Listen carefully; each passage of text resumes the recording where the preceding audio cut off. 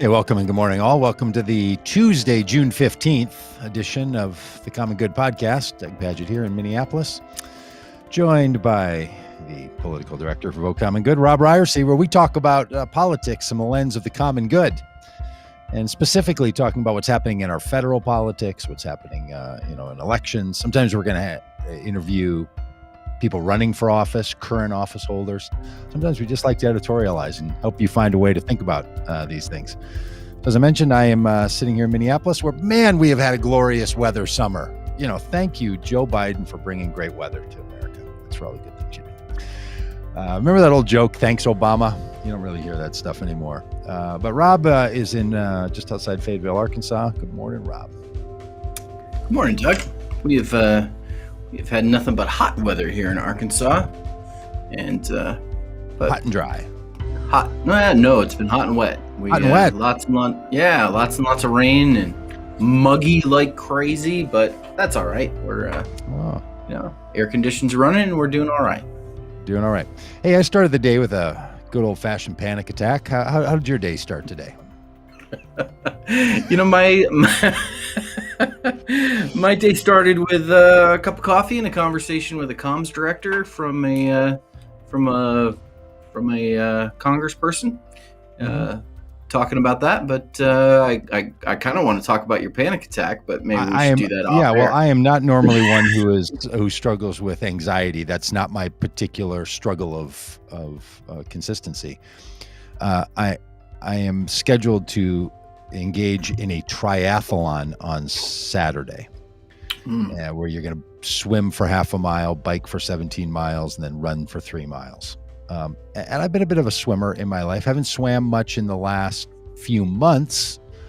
What's up for? But the thing I don't do well is open water swimming and then putting on a wetsuit. And so this morning I thought, I planned for this morning that I need to have a little practice before I get in the water on Saturday, because I don't know if you've ever seen a triathlon or participated in a triathlon, but no, everyone goes into the water at the same time, and you're in a lake and they're splashing around. And I'm a pool swimmer. I'm a flat biker, a flat runner, and a pool swimmer.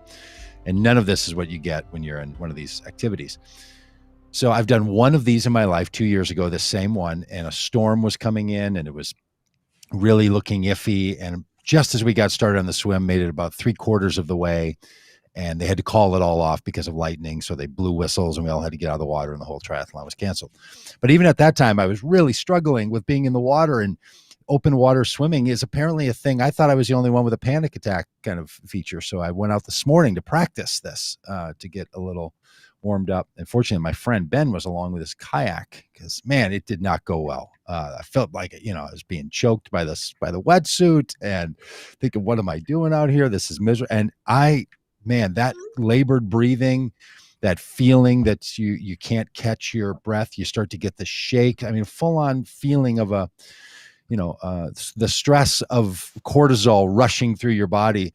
And partly it's your face down in the water and open water. So I get nervous around lakes anyway, and I don't like fish, and just the whole thing. It's all just raging. And so I came home and ate some breakfast, and then tried to settle down a little bit and watch some YouTube videos on why do people panic when they're doing open water swimming. And it's a real thing. I mean, it's a real thing. There's like whole videos on YouTube of people that are very accomplished triathletes saying like, oh, I'm terrified of the open water. It's really, really hard. Here are the tricks I do to settle myself down.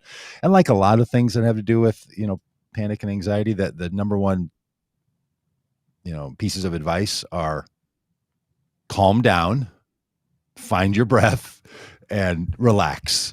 Like, that doesn't help. If I could calm down, if I could find my breath and relax, I wouldn't be having this moment of a panic attack. So anyway, I'm going to try it again tomorrow, I think, and see where I'm at on Saturday. But it was really something. So to those of you who live with those experiences on a more regular basis, I'm feeling you. It was overwhelming. This face down sense of open water swimming. Are you comfortable in the water? Do you swim? Do you go horizontal? I enjoy swimming a great deal. And you're a strong swimmer too, man. I watched you push off a wall at a hotel pool, and man, like a rocket. I can push off a wall with the best of them. Yeah, you can. I didn't even Yeah, know that was a category I should keep track of for people. Like, how well do you push off a wall underwater? Like on the Ryerse category, you're strong. No panic I'm high attacks up. for you when you're swimming? Not when I'm swimming. I have panic attacks in just normal everyday life. But I haven't had any since I've been on medication. So maybe if you'd like to chat with my doctor, Doug, that might be something that could help you. Well, yeah, I don't mean to make light of them at all. I mean to take them more Yeah. seriously. So I don't know that. I mean, I think for me, the number one medication would be, or number one prescription would be, get out of the water.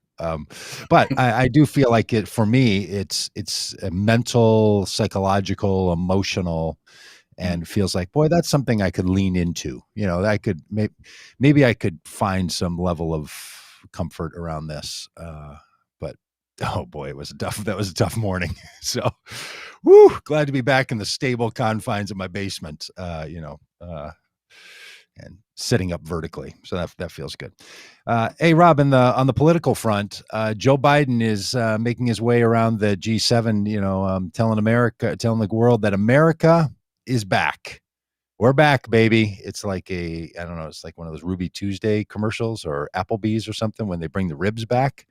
But he's bragging, as he should, that America's back to be engaged, and we're not going to push the leader of Montenegro aside, and we're not going to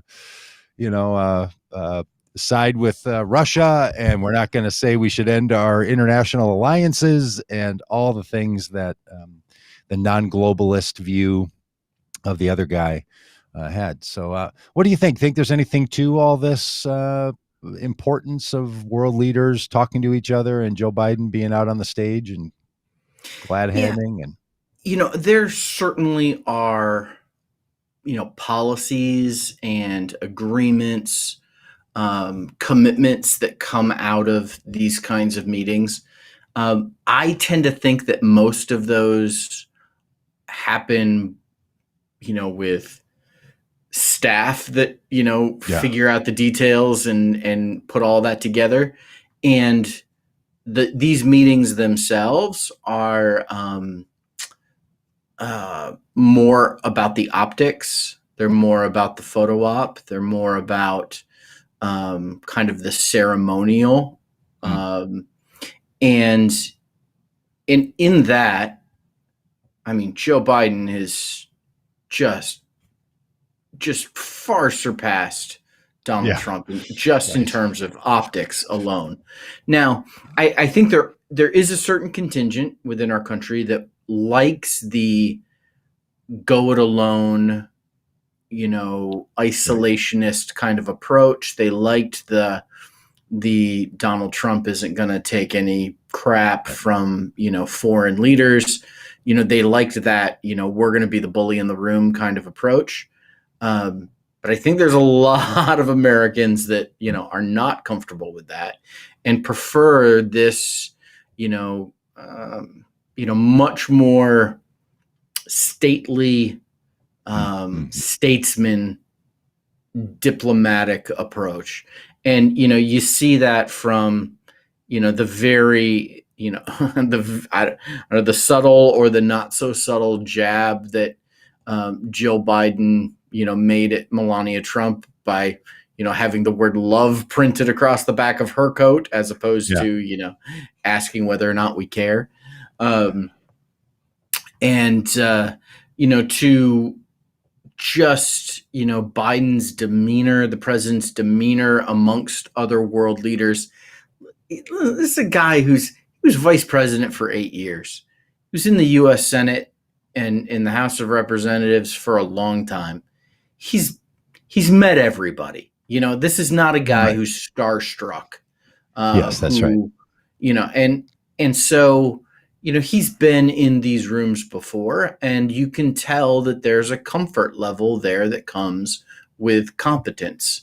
And from the optics perspective, which I think a lot of these meetings are about, he's so far has really passed the test. Now it'll be interesting to see how things go when he meets Putin, and if he tries to, if he tries to take the the the tough guy role there, it seems like it's the exact opposite of Trump, who was kind of the tough guy with the European nations, and then rolled over like a puppy for Putin. It seems like Biden's kind of trying to go the opposite way with That's that. right. That's right. You Yeah.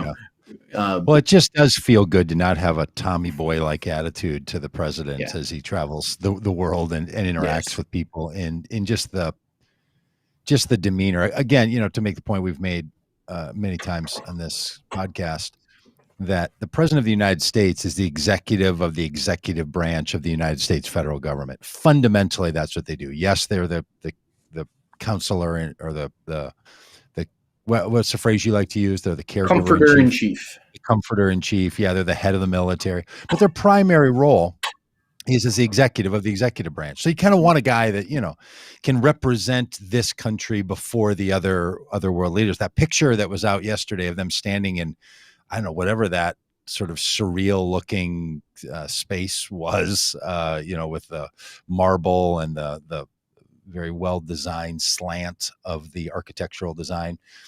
You could really see the difference in the body types and the way different people held themselves. Mm-hmm. And there's just something about that.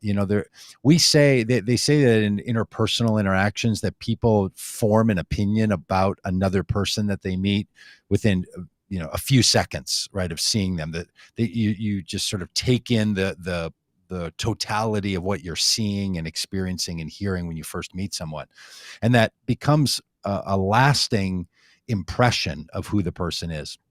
And I don't know, I like Joe Biden's vibe when he's Yep. standing there. I don't know. It just feels comfortable enough, and maybe it's because I feel an affinity to him and his like he feels like someone that I'm already comfortable with. But I just think he's got the right vibe and look to be a president that's comfortable in that space and doing that. So I really hope that Yeah. the United States can figure out a theory of the case for our international space. Mm-hmm. Because look, Obama didn't do it well. He was really knocked off his heels by the fact that he made the lead from behind comment, and the conservatives never let that go and saw that as a real failure. And trying to figure out what the United States role in the world was going to be under the Obama administration, coming off of the Bush years, where we were a military force inflicting violence in so many parts of the world after 9/11. That was an uncomfortable space. Trump had just a very isolationist attitude about the rest of the world. I'm not sure I know what the Biden administration view is, other than we like internationalism. We're back, baby.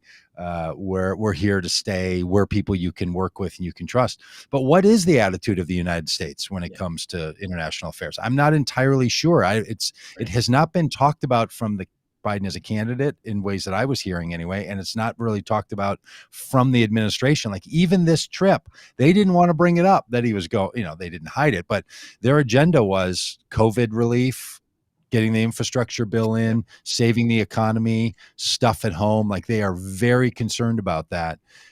There is no real theory for the case. Like remember back in the days with Bush, it was what's the Bush doctrine, and then became what's the Obama doctrine, and then it became what in the world is Trump doing on the international stage? Yeah, but at least with And now Biden, I don't know what Trump, it is.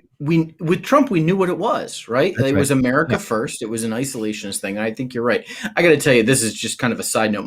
I don't know if you caught any of the G7 deliberations and the conversations that took place. I did catch the opening remarks from Prime Minister Boris Johnson, welcoming as the host of the G7 meeting. He kind of had some opening remarks. They were gathered around a round table, and all of them sitting there, and there were some reporters there before they were dismissed. I don't know if you saw this, but he was kind of welcoming them and talking about how they've all of our countries have learned some things through the pandemic and made some mistakes and did some things right, and now he said we've got to build back better. And he kind of smirked at President Biden. knowing that that was Biden's campaign slogan. And then he went on to say we need to build back greener, and we need to build back. And he, listed a number of different things, and then he said we need to build back in a more feminine way, in a more gender neutral way, and that amused me, Yeah. because feminine and gender neutral are not synonyms. They're actually opposites. He was trying to make the point of, in a not so kind of macho masculine way, which Masculine way. I totally agree with. But when he said feminine and gender neutral as synonyms, it just was one of those things that, as a person who speaks, a lot, Yeah. and you speak off the top of your head, and sometimes you say some things that That's just right. don't make any sense. And it was just one of those moments from Boris Johnson that just made me smile. I liked. We need to build back in a more feminine way, in a more gender neutral way. Yeah, and Boris Johnson is a smart guy, but he is also, Yeah. I don't agree with his opinions, but he's not ill-informed. But I think Yes. he's into a new vocabulary here. I think for a Yes. lot of people like him, what we're doing in our world societies, especially in Western societies with gender, everyone's trying to figure it out. It's not that's just not trafficked easily for a lot of people. All right, so Biden's traveling the world. Well, back here at home, as we want to do here on the podcast, we want to make sure people don't forget about the insurrection on January 6th. That's So right. on many of our Tuesdays, we're going to have a little segment to help you not forget what happened by keeping you up on what's going on now, not just rehashing the past. Rob, I didn't have a chance to tell you this. I reflected on the podcast yesterday, but I spent some time with one of the Capitol Police last week. And boy, the personal experience of him and many of the others there, men and women that were doing that hand-to-hand combat, is just riveting. I mean, the personal power of being caught in that insurrection and having to not be a protector of a building, but literally to be punching, kicking, and beating back people who are smashing you with fire extinguishers and bike racks is not something any of them thought they were going to do, were trained to do, wanted to do. And it was just really painful. I'll just mention this because it was powerful to me, and I think it's worth mentioning again. They were back at work the next day. 7:30 in the morning, back out there on the standing in many of the same places they were standing, less than 16 hours earlier, being beaten. And they're right back out there. And they got a total of 8 hours or 16 hours of off time that they could spread out over the last 6 months to take a little personal time. If you have to go to the doctor or something, you just need a little extra time. They won't charge you for the overtime or for the away time. That's it. That's all they got. So these are harmed, traumatized people, just really going through difficulty. And our country is harmed and traumatized by that. So in some insurrection news, hey, this Dana Rohrabacher, who is a congressman from California that we tried to make sure wasn't going to be a politician anymore back in 2018. We're out there in California doing this. Had to admit now 6 months later, because photos are out, that he himself was one of the protesters on January 6th out there screaming, "Stop the steal." Oops. He said on Monday that he was among the crowd at the U.S. Capitol on January 6th, but claimed that he was there just to protest the election and didn't join others in storming the Capitol. Just for a moment, so I can yell for a second, this idea that what the people who were there just to protest the free and fair election being certified, they're not people that stormed the Capitol. He only ideologically stormed the Capitol. He only ideologically opposed the actions that Congress was taking. He didn't want to physically go in and stop the people. He wanted to let his voice stop them from certifying the vote.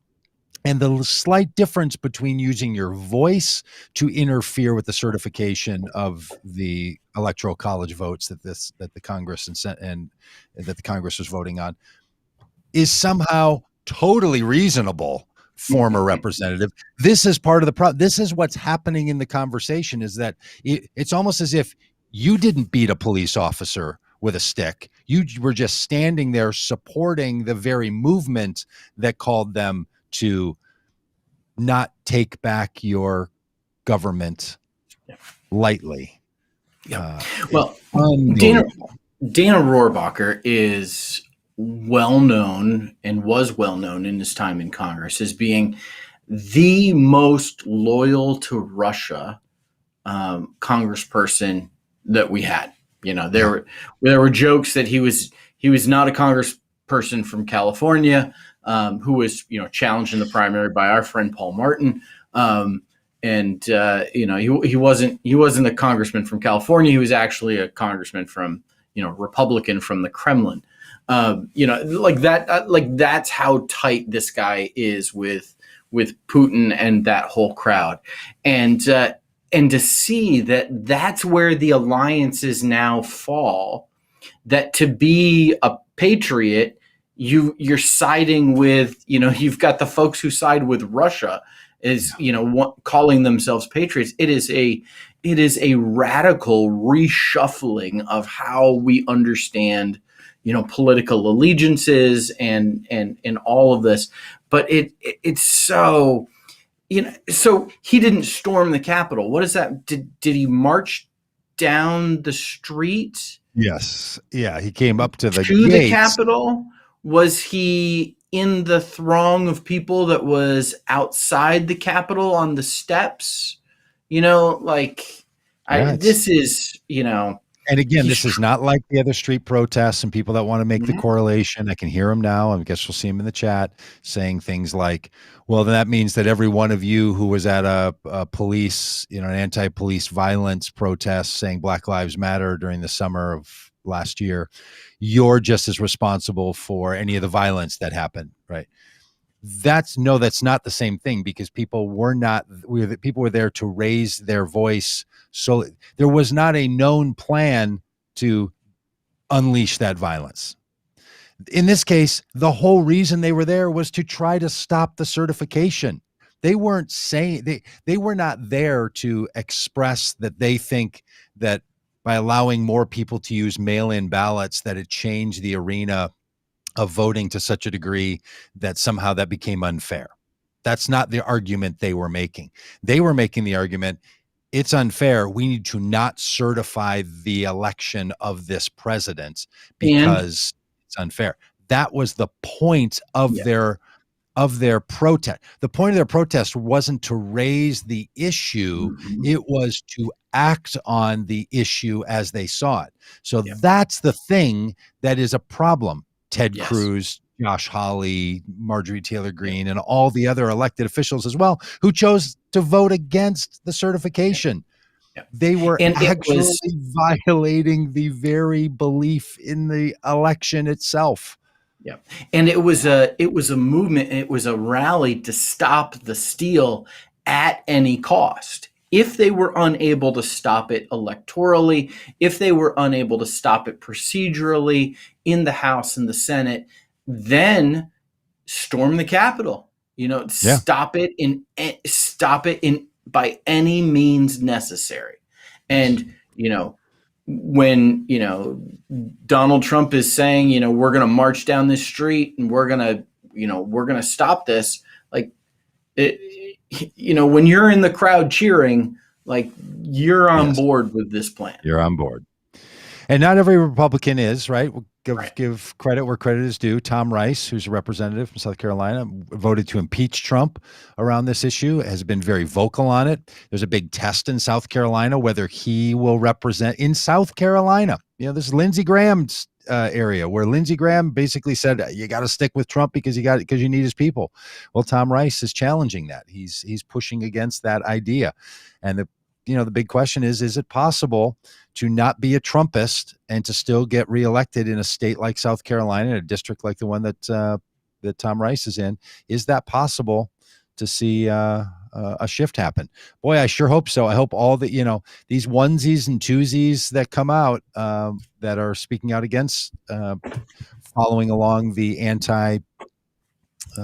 democratic process that the Trumpists have inflicted on us. Uh, maybe that's a pathway forward. Mm-hmm. The Biden administration has put together what they're referring to as a blueprint for making sure this stuff doesn't happen again, and for understanding the insurrection, and for basically combating all domestic terrorism and extremism, because that's really where this comes from. There is always a line between passion and extremism. There's a line between democratic supporting ideas, like we need to be more engaged and we need to shut down this system. And sometimes shutting down the system is the right thing to do to advocate for your position. Blocking a road, blocking a street, leaving your legislature so you don't have a quorum. Like, these are all means that you do. Violently attacking the Capitol in order to grab members and to prevent them from doing their job, that's where it crosses into another line. And these extremists are all over the country, and they are, not only did they act on January 6th, they are plotting, scheming, and planning to do it again. And I hope the FBI and the others in law enforcement are taking them more seriously now than they did before January 6th, because they miscalculated this whole thing, in my view. And Doug, just jumping back to Congressman Rice for a second in South Carolina, while you were sharing that story, I just jumped on the FEC, the Federal Election Commission's website, to just see, what it might look like there. Would you like to take a guess at the number of Republicans who have filed paperwork with the FEC saying that they are going to be challenging Congressman Rice in the Republican primary in his congressional district, which is South Carolina 7? Would you like to take a guess at the number of Republicans who are now challenging Congressman Rice? I'm going to do my Johnny Carson bit here. 7. Close. 8. 8 Republicans have jumped into primary a sitting congressman who has served for 5 terms.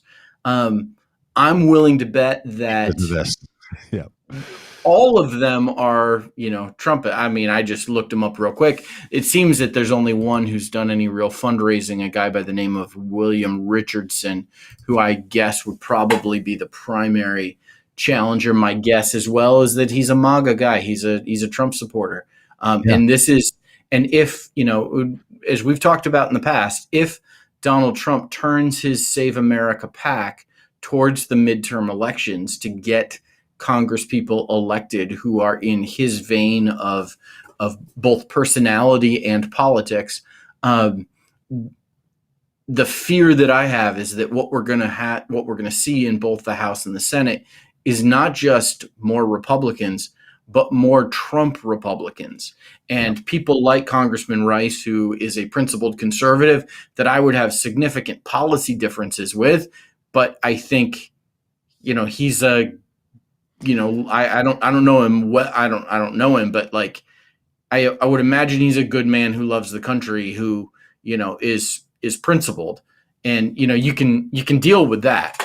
What you can't deal with is, someone who is, fanatical in their allegiance to Donald Trump and their allegiance to his approach to how we do politics as a nation. Yeah, and Tom Rice, representative from South Carolina, he's not some slouch when it comes to supporting Trump's agenda. He was a big Trumper. He's just like, the insurrection, that was a change for me. That was the off-ramp. That was the place he needed to get off of that ride, sort of the Jetsons cartoon line, Jane, get me off this crazy thing. He just had to jump the crazy train. They're not all doing that. And it will be intriguing if someone like him can bring his power to bear, or does Donald Trump and the Trumpists in South Carolina have more power than he does? This is really the question. A place like South Carolina, and some of this is where it matters. And the threat to this, right, is not only the maybe far-fetched notion that if the House is taken over by the Republicans again, that they choose to elect as their Speaker of the House not Kevin McCarthy, but Donald J. Trump, former blogger. That if they pick Donald Trump to be the Speaker of the House, because you don't have to be a member of Congress, you just be a person. That there could be enough of those Trumpists in there to go for that guy and then make him the speaker. And then he gets to set the agenda. And then he gets to try to impeach Joe Biden and go through all the kabuki theater of all that nonsense and just be right back in the middle of things. That's far-fetched. May not happen. What could happen, though, is if they then have control of the House of Representatives from 2022's election, that means in 2023 and 2024, when there's an election for the president, if the Democrat wins that election for president, then it would have to be the Republican House that would have to certify the election. And the number of people who are unwilling to certify the last election means that they actually might not certify the election and make whomever the Republican candidate is the president by their own edict, because this is what they're wanting to give the states the rights to do. Now, saying this at any other period of time would be totally irrational and irresponsible to say that's what could be going on. But that's what could be happening in this country. So this election in 2022 is so crucial, because if you think the party that backed the insurrection is not going to be one that's willing to not certify the vote, you're missing out on how serious these people are. Yep. That they will do about anything. Yep. And there might be folks who are saying, why are you still talking about Donald Trump? Like, come on. Like, he's the former guy. He's that former guy. No, listen, Donald Trump remains the most influential person in Republican politics in the country. And, we are far from done with Donald Trump's influence and Donald Trump's ability to have an impact on, what our political system looks like and how healthy it is. And it is, I saw some pictures yesterday. I was scrolling Twitter and there was a news article about Donald Trump. I think maybe being back in New York City for something. And I just looked at this picture and just thought to myself, I can't believe that guy was president. It feels like, I want to wake up from like this crazy dream, but it's not a crazy dream. It's actually reality, and it's not over. And it could be again. It could be again. Yeah. I mean, the downside to him losing the election is, as long as he's alive, he can still say, I'm going to run for president again. And that's something that no other president has considered in the modern era. There was a president, I don't know my presidential history well enough, who was president, lost, and then came back and ran again and won. Who was it? Garfield. The cat? I didn't know that. Garfield. So, Trump could be a Garfield. Maybe it was Grover Cleveland, now that I think about it. Well, I just think the idea that I'm sorry, I get my Grover and my Garfield mixed up. That Trump could be a Garfield is just fantastic. Hey, there's this great article in about how the Tea Party was actually the setup for all this. And it's Mother Jones. So if you know Mother Jones writing, it's got its own angle on things, very progressive angle. But in this article, I just want to read a couple of these pieces from it, because I think it's so instructive. And I believe that the issues that came up in 2008 around Barack Obama's presidency, led by the Tea Party that put the Republicans in power in 2010, that is really the set of conditions that we find ourselves in, that still exists. And this libertarian Tea Party thing is, in my view, the fundamental bedrock base on which all the rest of Make America Great Again, Trumpism, and anti-democratic republicanism is built on. It was a real problem then. I thought it had gone away. So did many of the founders of the Tea Party, but they found themselves a new breath. So here's a couple of pieces from this article. It reads like this. In the decades since the Tea Party began, the Tea Party movement has united several disparate strains of right-wing extremists. Then it lists them. The Islamophobes, people against Muslim Americans, nativists, paramilitaries, Christian and white nationalists. Those four groups, Islamophobes, nativists, paramilitaries, Christian and white nationalists, under a single banner. And the movement that was triggered by the election of the first black president quote, blew down all the barriers once separating those groups, says Doug Burghardt, who's the executive director of the Institute of Research and Education on Human Rights, who studied the Tea Party. He says it created a mass movement for this far right activity that has been successful at moving ideas about white victimhood and white dispossession into the mainstream of American politics. That's so insightful. And that's where all the critical race theory pushback comes from and all the rest of this. And the Tea Party was founded by two women who then quickly had a fallout and they went in different directions. But one of those people, a woman with the last name Kramer, said, she gave a speech just at the Ellipsis just before Trump came on and gave his talk before the insurrectionists attacked the Capitol on January 6th. And here's what she says. I come from the Tea Party movement, and I'm asked all the time, what happened to the Tea Party? Kramer told the crowd at the Ellipsis. Well, we're still here. Her quote then, we grew and morphed into something bigger and better, the MAGA movement. And I'm convinced that were it not for the Tea Party movement, we would not have the President Donald Trump today. The founder of the Tea Party, the people who study the Tea Party will tell you this libertarian Tea Party thing is what gave us MAGA movement and Donald Trump. Yep. We are not going to rid ourselves of this until that philosophical movement that is still given too much credence and credibility by even progressives and Democrats has to be dealt with. There is no space for this modern day libertarian movement. I don't care what people call it from their 1980s idea of, whatever the imagination of it was, it has morphed into something that is not just, we've been taxed enough already, which was the Tea Party's framing that then became this cute little movement that then attacked our Capitol. Yeah. And I just sent over to, as you were talking, Doug, I sent over to producer Dan, who put up on the screen this really great cartoon, which has been made the rounds on Facebook and Twitter and different places that, really kind of illustrates the reality of this. Like, that this thing got too big and got out of control.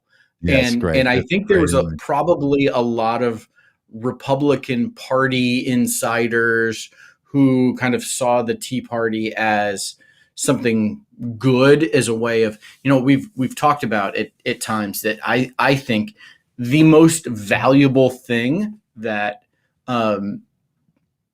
that a politician can have in their supporters is enthusiasm. Yeah. Like that's the most important thing, is enthusiasm. And I think there were probably Republican Party insiders who thought, okay, well, like these folks are, they're kind of, not connected with reality. This isn't how it really works, but man, their enthusiasm's great. We need that. Like, let's placate them. Let's keep them happy. And certainly there are, the true believers amongst them as well. But then the thing grew, and, and what we have seen is that it has devoured the Republican Party, and it's a scary thing. Yeah. And right. I mean, I would also, I might have inverted that little image, and those who can't see it on the podcast, of course, it's a person with a leash that goes to a dinosaur called the Tea Party, and then the person with the leash called the GOP carrying the Tea Party. And then at the end, the dinosaur turns around and eats the GOP. That I think the Tea Party was dragging the GOP way, way back in even in 2010. Yeah. I mean, they gave up on anything that was Republican for this Tea Party libertarian thing. And I don't know. I just I've always found it to be such a problematic thing. Yeah. Hey, speaking of people that are out of control, Tea Partier got into it through the Tea Party, and full-on MAGA guy, senator from Wisconsin, the great state of Wisconsin, Ron Johnson, has once again done and said things that are so inaccurate, wrong, harmful, and dangerous. This time around COVID and and can we just? He got kicked off of YouTube. How bad do you have to be to get kicked off YouTube? A sitting senator. we just remind folks about, some of the things Ron Johnson has said. This is Ron Johnson who said, let his racism, his racist flag fly, when he said that, if the insurrectionists had been Black Lives Matter protesters, he would have been scared. Knowing these good patriots, there was nothing to worry about. Exactly. Like, this is a guy who has consistently said things that are not just laughable, but they are wrong-headed, foolish, and just show a level of incompetence that is utterly ridiculous. And, here he is, touting conspiracy theories about COVID-19 and YouTube. Thankfully, YouTube, has some principles with that. Yeah, I mean, this thing that YouTube or Facebook or Twitter has a higher standard for giving a platform than does the Republican caucus. Mm-hmm. When it comes to the president, who's been banned from all social media, when it comes to senators like Ron Johnson, who have to be stopped for violating the stated truth requirements. And the truth requirements on YouTube, I promise you, they're not extreme. Have you been on bar. YouTube? There's a very low bar. You get banned from YouTube for a week. Yeah. It's just, now maybe this is a shtick, maybe this is a thing, but look, I believe that Ron Johnson is a loved, beloved child of God, salt of the world, salt of the earth, light of the world. Just like all of us. But as we often say, not every light of the world should be a senator from the great state of Wisconsin. And this man needs to take his dim-witted little light and stop bothering the good people of that state. And he's got to run for office, and he's going to lose. And if we don't see a valuable candidate, I don't know. You and I both moved there, and we both run against him. No, I mean, everyone has to run against the guy. Yeah, exactly. Yeah, I mean, there are folks running there in Wisconsin. We had like 5 of them. We had one of them on here. Yeah, we had. It has gotten to be a bit of a crowded race, and I think this is one of those seats that Democrats are going to be hoping to be able to flip. And if Ron Johnson keeps us up, that's that hopefully if you he'll make it easier. Ron Johnson, listen, we do. Send a donation to Vote Common Good, because we're going to roll a bus up in there, and we're going to be all up in Ron Johnson's YouTube page. I promise you that. Yeah, I don't know, Doug. I don't know if you've got this transition, but that's not the dumbest thing a Republican senator said this week. No. Who are you Mitch McConnell's at it again. Mitch McConnell is at it again.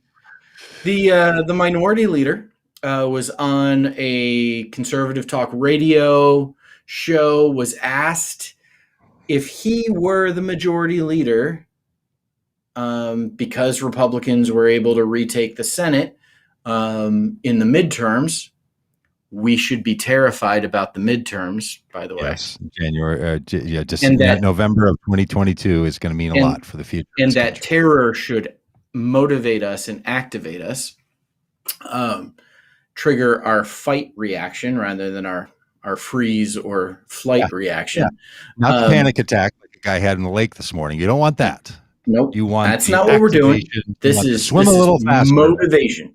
Because Mitch McConnell said that if he was majority leader of the Senate, and Joe Biden in the last year of his presidency, in the last year of the first term of his presidency, nominated a justice to the Supreme Court, Mitch McConnell said it would be highly unlikely that he would allow that nominee to come to a vote. As he did with Barack Obama. Yeah, this is what happened when in the last year of Barack Obama's presidency, when Antonin Scalia died suddenly, and Barack Obama nominated Merrick Garland, who is currently the Attorney General of the United States, to the Supreme Court. A really, in most people's estimation, a moderate choice, one designed, not a progressive ideologue at all, but someone designed to get confirmed by a Republican Senate. Merrick Garland was, and nominated 8 months before the election, and 11 months before the end of Barack Obama's presidency, and yet was not even given a vote. Yeah, Not Mitch just not McConnell's confirmed. saying the reason is because when the Senate is of the opposite party of the president, that says what the will of the American people is. And that branch of the government should have more power to select a Supreme Court justice Yeah, than would the executive branch. A yeah, ridiculous claim. He said yeah, it again in this interview. He yeah. said, yeah, you'd have to go all the way back to the 1880s to find a time when, and then he names this such a bizarre experience when the party of the president is different than the party of the Senate in charge to put forward that president's nominee. You'd have to go all the way back to, you know, Yeah. 1880s. Well, or now you could have said you'd have to go all the way back to 2016 when that was like the reason that hasn't happened is because it didn't come up Yeah. and there were no opportunities to do it. Yeah. And the Senate's the decision of how to run the Constitution is not, well, when was the last time we did that?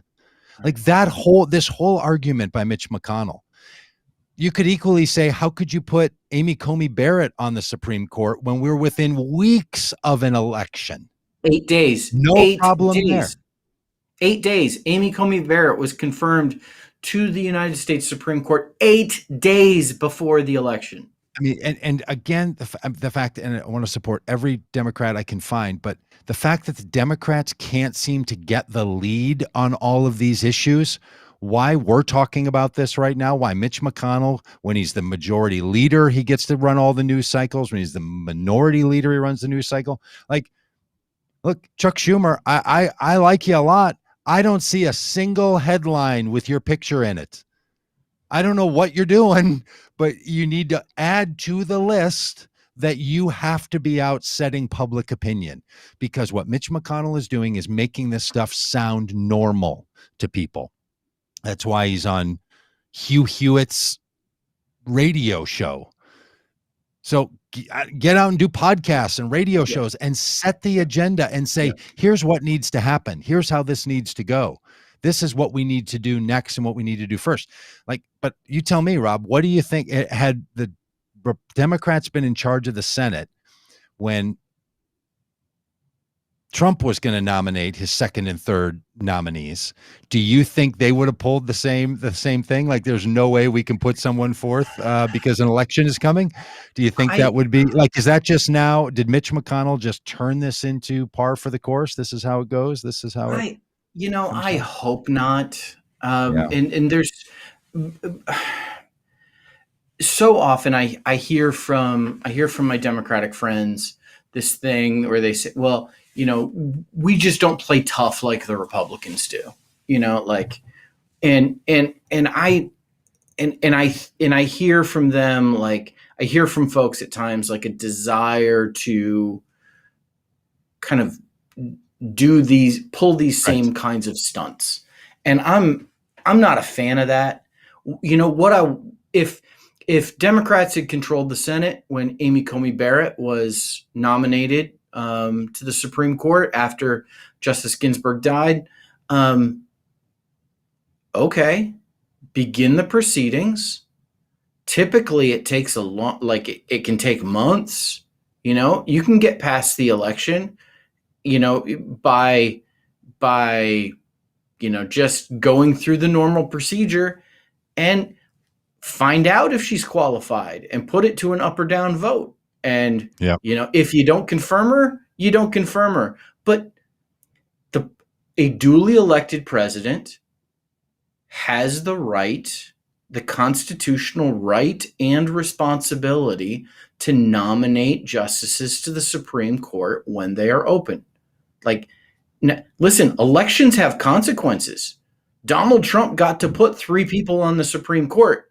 Well, 2 people on the Supreme Court. One, because the Merrick Garland thing was completely erroneous, but he legitimately had every right and even the responsibility to nominate Amy Coney Barrett or whoever he would want to the Supreme Court after Justice Ginsburg died. That was his. Elections have consequences. That was his right and his responsibility.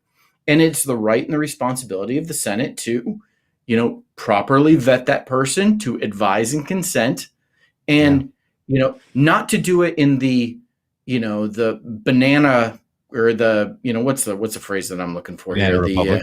Not the banana republic, the kangaroo court.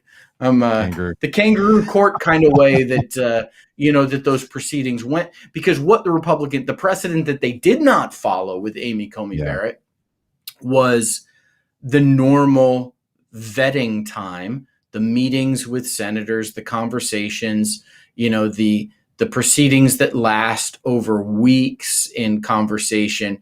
And that normally is a process that takes a lot of time. It normally doesn't fly like it did, as a result of, the election looming. Again, all of the distinction between the Merrick Garland, or now Mitch McConnell saying the future, the different and versus the Amy Coney Barrett, who was rushed through the final week, was, well, it's who's in control of the Senate. That's how we determine what's that rationale is such nonsense. Yeah, that is not the determination. Look, any election that gets won at the congressional level, whether it's the House of Representatives or the Senate, that does not tell you the will of the American people. It tells you the will of the people in those states that had elections in that cycle, and then in every congressional district and where seats were gained. But to gain seats or lose it, and both sides do this, they say this now says the will of the American people. We have a mandate. The closest thing we have to that would be the presidential election, and the presidential election is the only election and vice president that every voting person in the country gets to vote for the same position. Doesn't happen in the Senate, doesn't happen in any other role. It's the only one. And that we don't even base on the popular vote or the will of the American people. Right? We do it based on the Electoral College, which we can certainly have an argument about. But then even that, even if you did the popular vote, that's not the will of every American. That's only the will of the people who are allowed to vote and who chose to vote. So this idea that will of the American people is what's driving things, I think both political parties have to stop talking like that. Yeah. We have to know that no elected official, no president has had the majority of Americans vote for them. You could have the majority of voters vote for you. That's not the majority of Americans. Certainly, it's not even the majority of adults who are of 18 years old and older. So this whole rationale for this stuff that Mitch McConnell is using is how the Democrats are getting rickrolled on this thing over and over and over, and it really, really does need to stop. It's a thing that has to happen. Yeah. And, there is no guide for, these Republicans who want to portray themselves as strict constructionists who want to follow the Constitution. There's absolutely no guidance in the Constitution about this. The Constitution delineates a process where when there's a Supreme Court vacancy, the president makes a nomination and the Senate advises and consents to that. Like, that's the process. All of this extra stuff is just that. It's extra stuff that you have created. These are like this whole thing of like which party's in control. Like, this is all extra constitutional. And for, these strict constructionists, it's a violation of their own stated principles that they're doing it this way. And it's just makes Mitch McConnell just makes me want to drive my head through a wall sometimes. Yeah, and what it has in common with the filibuster and the other issues is this is like when the Senate says this is just how we do it. These are our rules, our own internal rules, and so the Senate is just out of control. We can complain, and we should, about even the people who are sent, how our system is set up, where every state is given 2 senators, regardless of the population of those states.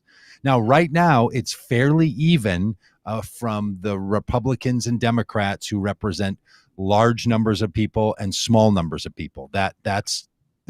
It's not clear that large states have Democrats and small states have Republicans or anything like that. There's a mix of that. But this idea that, again, we're going to grant this to the will of the American people, that we live in a representative form of democracy. We do not live in a majority decision democracy.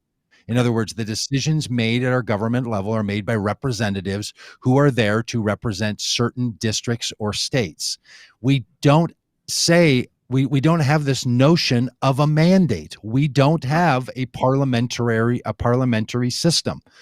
And they have it in most other democracies in the world. We are unique in our structure in this country. All of this mandate conversation, that's not, just admit how the system works and what you're leveraging. So we just have to, I think, push back every time Mitch McConnell wants to say some nonsense about, like, some rule of the game that says, well, when there's a president of one party and a Senate of another party, then that Senate is the one that really gets to determine what are you talking about? That is not that. Those are extra rules. Like, right. That's like playing the game in your hometown rules. Like the basketball game comes to your home court and you say, well, no, around here, if we shoot from behind a line, we get 3 points. If you do that, you get 2, because we're the home team. So the home team has a different, that's not how the games are played.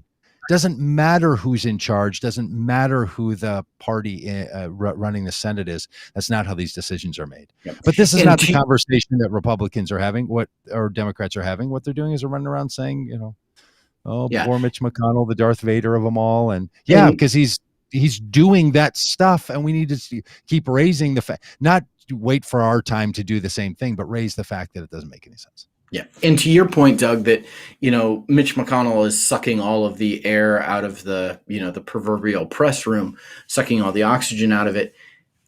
If Leader Schumer would like a forum to rebut Mitch McConnell, we would love to have a conversation with him about that. Senator Schumer, if you're out there listening and you'd like to, make some Get news, your voice out. We would love to talk to you about all this. We can give you half an hour on one of these Tuesdays. Be glad to do it. Glad to turn a half an hour. We give you the whole hour. Okay. All right. For I guess because he's a Senate majority leader, we'd give him the whole hour. Exactly. Hey, lots of things happening in the Vote Common Good world. We can't even talk about all the things we want to talk about today, but we're going to be riding our bicycles around this country because, you change the country by riding your bikes. We're going to raise awareness around what's happening at the border, border practices, immigration, refugees. The problem is continuing, and we need to raise as many people's engagement around this as we can. So if you want to ride with us anytime between September 10th and November 14th, anywhere from San Diego on the 10th to St. Augustine, Florida on the 14th, anywhere in that window, come and join us. Or if you want to put together your own ride in your own town, you can do that. Go to the votecommongood.com website or wethepeopleride.org, and you can sign up and host a ride in your neighborhood and all the rest of it. So we'd love to have you be along on that. And if you're not already on the Vote Common Good mailing list, come on, get on that thing. We send you so much good stuff. I mean, your email box sometimes feels like it's an overwhelming sense of duty, responsibility, and unsubscribe. Let us be that little moment of hope, that little moment of glee, that little moment of smile. Oh, there's a Vote Common Good email. I'm going to take 14 seconds and read that thing. So we're here to make your email box better as much as we are to make democracy better. So glad to have you all aboard. Happy day, Rob. Hi to you there, producer Dan. Sorry we didn't even give you a proper greeting this morning when we started all this, but lurking somewhere in the back. Hey, and if you're in the Chicagoland area, producer Dan is a musician. He's going to be playing up on a rooftop in Chicago. So you should reach out to us if you want to know about that. And if you want to know how to reach out to us, you can send an email to podcast@votecommongood.com. We can get in touch that way or on any of the social places. Be glad to be in touch. Rob, you got anything else? No, let's go and have a good day fighting for democracy. Producer Dan, you got anything else? Can you give us our cheers? Sounds like a good time to end this broadcast. Thank you. I'll talk to you later.